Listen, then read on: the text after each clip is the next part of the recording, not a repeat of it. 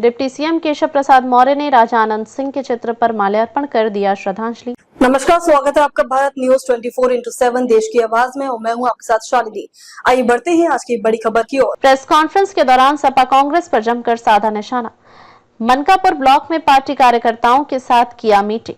खबर गोंडा के मनकापुर से है, जहां प्रदेश सरकार के डिप्टी सीएम केशव प्रसाद मौर्य ने आज मनकापुर विकास खंड में पहुंचकर कृषक मेला का निरीक्षण करते हुए पार्टी पदाधिकारियों के साथ संगठन की मजबूती को लेकर मुलाकात किया और 2027 चुनाव में भारी बहुमत से जीत की रणनीति भी बनाई।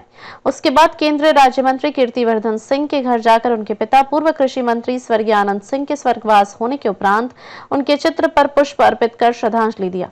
केंद्रीय राज्य मंत्री कीर्तिवर्धन सिंह से मुलाकात कर उनके परिजनों से शोक संवेदना व्यक्त किया। तत्पश्चात एक प्रेस कॉन्फ्रेंस के तहत मीडिया से बात करते हुए उन्होंने अखिलेश यादव और राहुल गांधी पर जमकर निशाना साधा।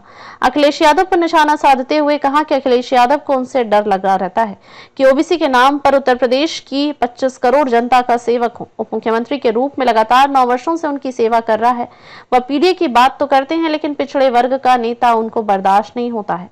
उन्होंने कहा कि मैं एक किसान के घर में पैदा हुआ हूं, एक छोटे कार्यकर्ता के रूप में कार्य करते हुए यहां तक पहुंचा हूं।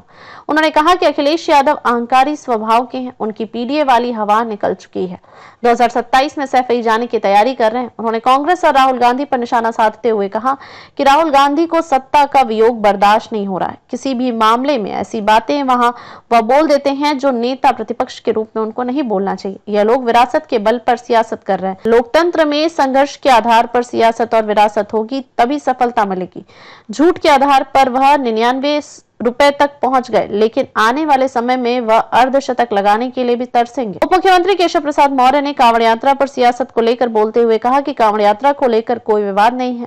कांवड़ यात्रा सकुशल 8 वर्ष से चल रही है और आगे भी चलती रहेगी, क्योंकि 2047 तक प्रदेश और देश में भाजपा की ही सरकार बनती रहेगी। जिसकी भी धार्मिक यात्रा है, सब चलेगी। गोंडा से ब्यूरो रिपोर्ट।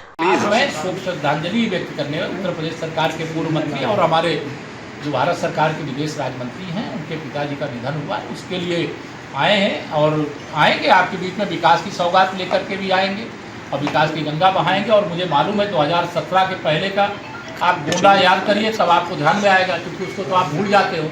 2017 के पहले वाली पिक्चर निकालो और 2025 वाली पिक्चर निकालो, तो आप हमको 100 में से 110 नंबर दो। की सरकार अडानी चलाते हैं, पीछे मोदी को भी अडानी चलाते हैं।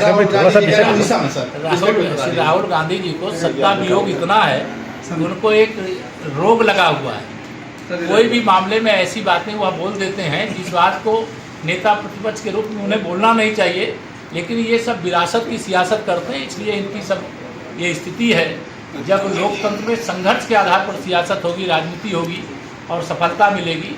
झूठ के आधार पर वह 99 तक पहुंच गए, लेकिन अब मुझे तो स्पष्ट दिखाई दे रहा है कि 2047 तक ये अर्धशतक लगाने के लिए तरसेंगे।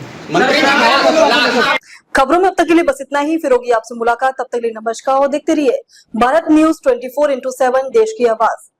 ऐसे ही लेटेस्ट अपडेट पाने के लिए हमारे चैनल को सब्सक्राइब करें और तुरंत नोटिफिकेशन पाने के लिए बेल आइकन दबाना न भूलें।